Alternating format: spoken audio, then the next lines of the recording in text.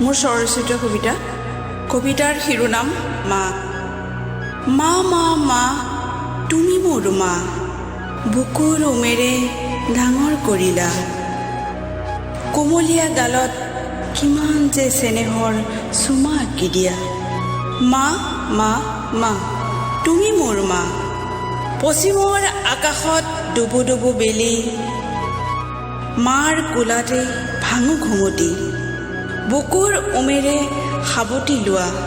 মা মা মা তুমি মোৰ মা, নিতে বৈ হৃদয়ত মৰমৰ নদী, কিমান যে জ্বলালা আশাৰ বন্তি, কত যে স্মৃতি বিজড়িত।